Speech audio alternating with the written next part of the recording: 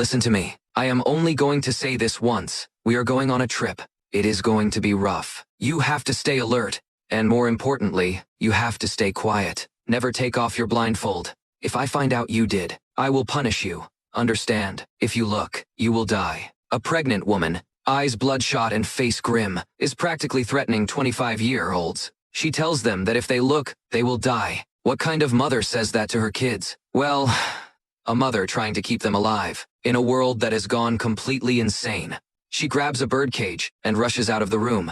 They stumble down wooden steps. Blindfolded, they walk through the dense woods. She loads the kids into a small rowboat. She pushes the boat into the dark water. She begins to paddle blindly into the unknown. But how did they get here? 5 years earlier, Mallory was just a pregnant artist. She was isolated in her studio. Her sister Jessica comes over. She brings groceries. Jessica is worried. She tells Mallory to turn on the news. People in Russia are suddenly committing mass suicide. The news anchor says people are showing psychotic behavior. Mallory brushes it off. It is Russia. She says, they head to the hospital for an ultrasound. Mallory is distant. She is unprepared for motherhood.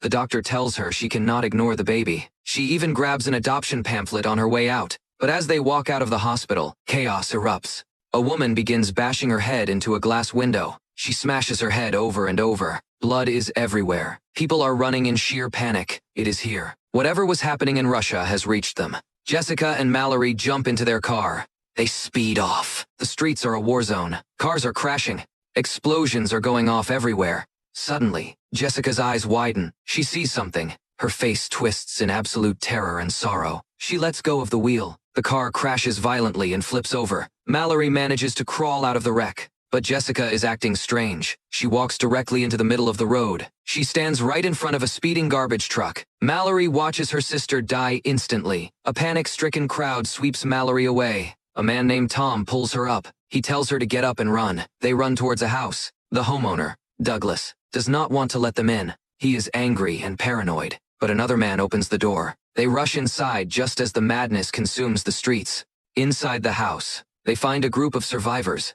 The news reports that an unexplained phenomenon is causing global mass suicides. Charlie, one of the survivors, has a theory. He believes humanity has been judged. He talks about ancient demons. He says they take the form of your worst fears. If you look at them, they make you kill yourself. They cover all the windows. No one can look outside. They use blankets to block the doors. A pregnant woman named Olympia knocks on the door. Tom lets her in. Despite Douglas's violent protests, Olympia is terrified. She says she survived on her own. Soon, supplies start running low. Greg suggests using the house's security cameras. He thinks looking through a digital screen might be safe. He ties himself to a chair. He watches the monitor. But whatever is out there, it works through screens too. Greg sees something on the monitor. He goes completely mad. He smashes his head and kills himself. The group realizes they are trapped. They cannot even look at digital images. A few days later, Tom, Mallory, Charlie, and a few others decide to drive to a nearby supermarket. They paint the car windows black. They drive entirely blind, relying solely on the GPS. It is a terrifying journey. The proximity sensors go crazy. They drive over bodies and wreckage. They finally make it to the store. It is fully stocked. They find canned food, supplies, and even some pet birds. Mallory notices the birds sense danger. But suddenly, someone begs to be let in through the loading dock. Charlie realizes it is his coworker. They open the door, but the coworker has been exposed. He is not committing suicide. He is trying to force them to look. He screams that it is beautiful. Charlie sacrifices himself. He pushes the madman out and locks the door behind him. The group returns to the house, devastated by the loss. Months pass. Mallory and Tom grow close. They find comfort in each other.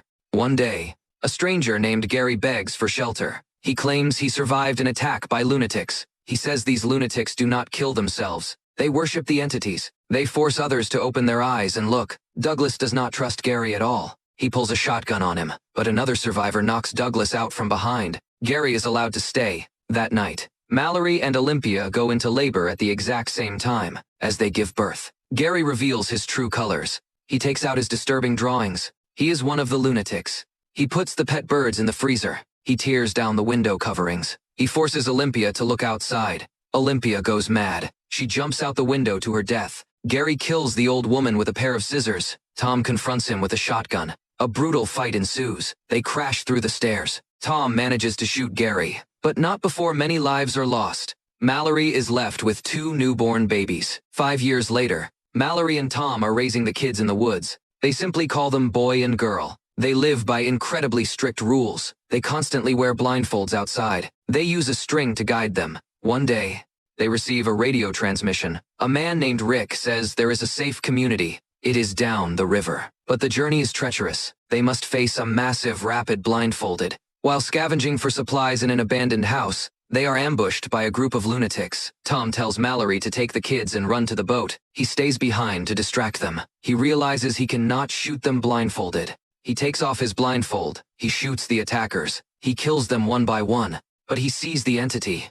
He forces himself to shoot the last lunatic. Then he turns the gun on himself. Mallory is utterly devastated. She packs a bag. She grabs the kids and puts the birds in a box. They board the small boat. They row down the dark, foggy river. They are attacked by a lunatic on the river. He tries to rip off Mallory's blindfold. She fights him off with a machete. They approach the deadly rapids. The water gets incredibly rough. The boat flips over. They are thrown into the freezing water. Mallory frantically searches for the kids. She pulls them out of the water. They wander into the dark forest. The entities try to trick them.